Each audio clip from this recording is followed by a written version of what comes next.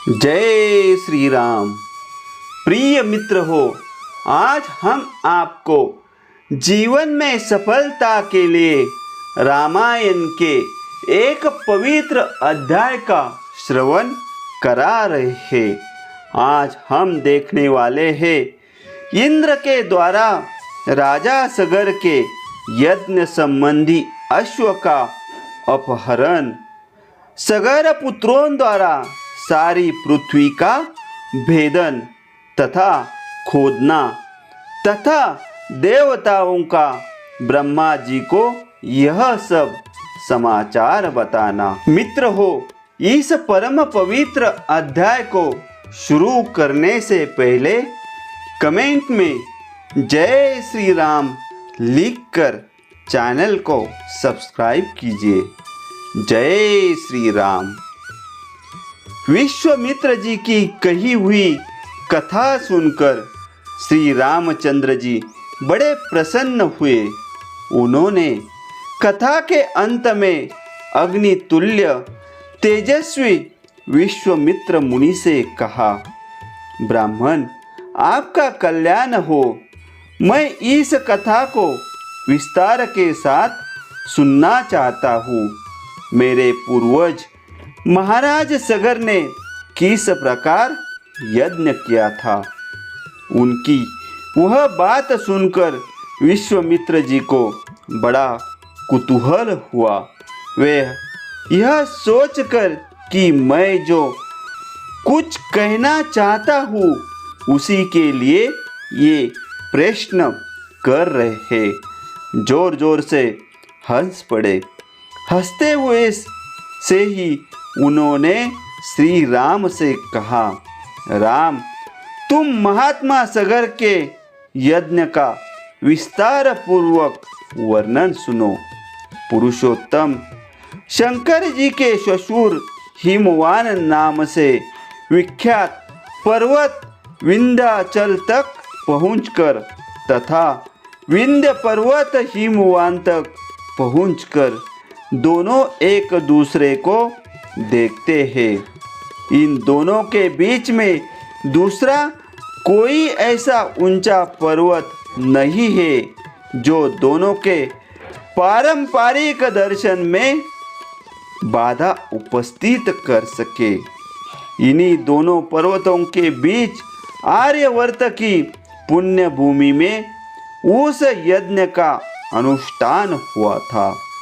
पुरुष सिंह वही देश यज्ञ करने के लिए उत्तम माना गया है। तात कुकुस्त नंदन राजा सगर की आज्ञा से यज्ञीय अश्व की रक्षा का भार सुदृढ़ धनुर्धर महारथी अंशुमन ने स्वीकार किया था। परंतु पर्व के दिन यज्ञ में लगे हुए राजा सगर के यज्ञ संबंधी घोड़े को इंद्र ने राक्षस का रूप धारण करके चुरा लिया। काकुस्थ महामना सगर के उस अश्व का अपहरण होते समय समस्त ऋत्विजों ने यजमान सगर से कहा, ककुस्थ नंदन, आज पर्व के दिन कोई इस यज्ञ संबंधी अश्व को चुराकर बड़े वेग से ले जा रहा है। आप चोर को मारिए और घोड़ा वापस लाइए, नहीं तो यज्ञ में विघ्न पड़ जाएगा और वह हम सब लोगों के लिए अमंगल का कारण होगा। राजन, आप ऐसा प्रयत्न कीजिए जिससे यह यज्ञ बिना किसी विघ्न बाधा के परिपूर्ण हो। उस यज्ञ सभा में बैठे हुए राजा सगर ने उपाध्यायों की बात सुनकर अपने 60,000 पुत्रों से कहा, पुरुष प्रवर पुत्रों, यह महान यज्ञ वेद मंत्रों से पवित्र अंतकरण वाले महाभाग महात्माओं द्वारा संपादित हो रहा है। अतः यह राक्षसों की पहुंच हो ऐसा मुझे नहीं दिखाई देता। अतः यह अश्व चुराने वाला कोई देवकोटि का पुरुष होगा। अतः पुत्रों, तुम लोग जाओ, घोड़े को खोज करो, तुम्हारा कल्याण हो। समुद्र से घिरी हुई इस सारी पृथ्वी को छान डालो, एक एक योजन विस्तृत भूमि को बांटकर उसका चप्पा चप्पा देख डालो। जब तक घोड़े का पता न लग जाए तब तक मेरी आज्ञा से इस पृथ्वी को खोदते रहो। इस खोदने का एक ही लक्ष्य है, उस अश्व के चोर को ढूंढ निकालना। मैं यज्ञ की दीक्षा ले चुका हूँ, अतः स्वयं उसे ढूंढने के लिए नहीं जा सकता। इसलिए जब तक उस अश्व का दर्शन न हो तब तक मैं उपाध्यायों और पौत्र अंशुमान के साथ यही रहूँगा। श्री राम पिता के आदेश रूपी बंधन से बंध कर वे सभी महाबली राजकुमार मन ही मन हर्ष का अनुभव करते हुए भूतल पर विचरने लगे।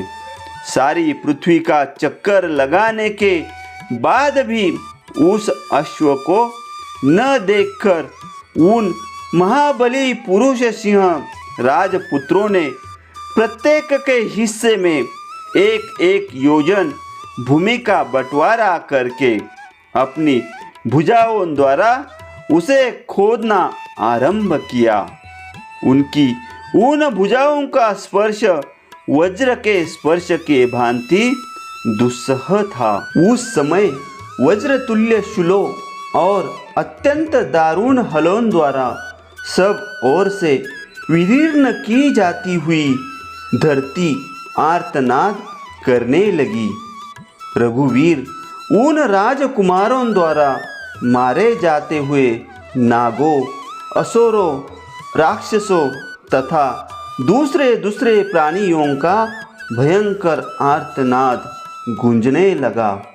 रघुकुल को आनंदित करने वाले श्री राम, उन्होंने 60,000 योजन की भूमि खोद डाली, मानो वे सर्वोत्तम रसतल का अनुसंधान कर रहे हो।